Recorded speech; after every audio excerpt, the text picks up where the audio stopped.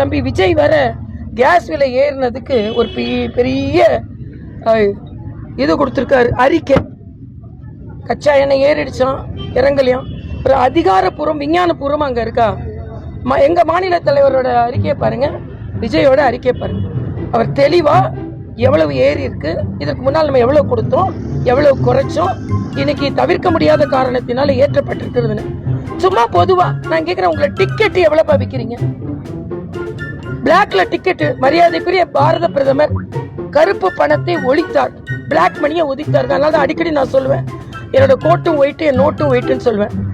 டிமானிட்டைசேஷனுக்கு அப்புறம் கருப்பு பணம் ஒழிக்கப்பட்டது. கருப்புல டிக்கெட், பிளாக்ல டிக்கெட் ஒழிக்கப்பட்டதா? உங்க டிக்கெட் எவ்வளவுப்பா சொல்லுங்க பார்க்கலாம். நான் சினிமா போறது இல்ல. டிக்கெட் எவ்வளவுப்பா விஜய் படத்துக்கு? இது நீங்க என்ன கட்டுப்படுத்தினீங்களா? என்னைக்கானும் பாமர மக்கள் சினிமா பார்க்க வர்றாங்கப்பா. அந்த பாமர மக்களுக்கு நான் அவங்களுக்காகவே தான் நான் நடிக்கிறேன்.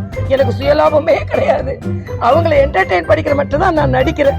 அதனால அவங்களுக்குலாம் டிக்கெட் மிக குறைந்த விலையில, இல்லைன்னா இலவசமா கூட கொடுங்களேன். யார் தடுத்தா? அப்ப உங்களுக்கு லாபம் வரும்போதெல்லாம் நீங்க பேசுவீங்க.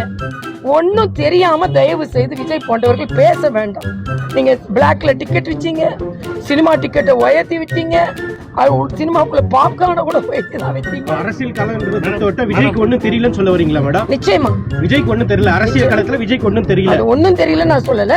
சினிமால நடிக்க தெரியும், அவ்வளவுதான். வசனம் பேச தெரியும், டான்ஸ் ஆட தெரியும், ஏமாற்றவும் தெரியும். அரசியல் பொருளாதாரம் போன்றவற்றில் தெரியலையே. கேளுங்களேன், நான் கேக்குறேன். இதே மாதிரி மைக்கு முன்னால எதனால ஏத்துனாங்க? மரியாதைக்குரிய மோடி அவர்கள் ஒண்ணு செஞ்சாங்கன்னா 19 செய்ய மாட்டாங்க. மகளிர் தினத்தை அன்னைக்கு ஏன் 100 குறைச்சாரு? மகளிர் எல்லாம் மகிழ்ச்சியா இருக்கணும்னு. இன்னைக்கு 62% ஏறினதுனால மிக குறைந்த விலையில் ஏற்றி இருக்கிறார். பட் நாங்கெல்லாம் அதுவும் வேணாம், நாங்க கோரிக்கை வைக்கலாம் இருக்கோம். நான் ஆளுநராக இருக்கும் பொழுது முதல்வர் சந்திரசேகர் ராவ், மரியாதைக்குரிய பிரதமர் அவர்கள் தெலுங்கானாவுக்கே திட்டங்களை கொண்டு வந்தால் கூட வரமாட்டேன் சொல்லி இந்த மக்கள் அவரை வரவிடாமல் ஆக்கிவிட்டார்கள். அதே நிலை தமிழக முதலமைச்சருக்கு வரும் என்பதை நான் தெரிவித்துக் கொள்கிறேன். ஏன்னா மக்களுக்காக வந்தாரை வரவேற்கும் தமிழகங்க. ஒரு பிரதமர் நம்ம நாட்டுக்கு வந்திருக்காரு, எவ்வளவுதான் உங்க கொள்கை மாறுபாடு இருக்கட்டும், வரவேற்கணுமா இல்லையா? கலந்து கொள்ள வேண்டுமா இல்லையா? அதற்கான முறையான அழைப்பு கொடுக்கப்பட்டிருக்கு எல்லா இடத்துலயும். இது என்னடா அநியாயமா இருக்கு? நீங்க ஆளுக்கு ஒண்ணு கதை பேசாதுங்க. பிரதமர் வந்தால், பிரதமர் வராருன்றது தகவல் பல நாட்களுக்கு முன்னாலேயே மாநில அரசுக்கு தெரிய வந்துவிடும். அதற்கப்புறம் பாதுகாப்பு அதிகாரிகள் எல்லாம் வருவாங்க. என்னவோ முதலமைச்சர் எதுவுமே தெரியாம உட்கார்ந்துருக்க மாதிரி பேசுறீங்க. தகவலே தெரியாதா? தகவல் தெரியாம இருந்தா அதை விட தப்பு. நான் கேக்குறேன், அதை கேன்சல் பண்ணவே முடியாதா? ஊட்டி எங்க ஓடி போகுதா? பிரதமர் நம்ம தமிழ்நாட்டை தேடி வந்திருக்கிறாரு. ஊட்டி எங்க ஓடி போடுது? ராசா ஊட்டியில தானே இருக்கிறாரு. இன்னைக்கு அவர் வீடுன்னு காமிக்கிறாரு. எவ்வளவு பெரிய வீட்டுல உட்கார்ந்து இருக்காரு. கேக்குறீங்களா யாராவது கேள்வி?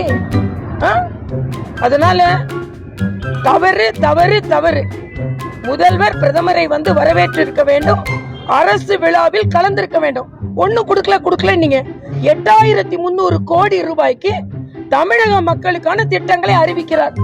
ஏன் கொடுக்கல? ஏன் ஒரு நன்றி கூட சொல்ல உங்களுக்கு வாய் வர மாட்டேங்குது?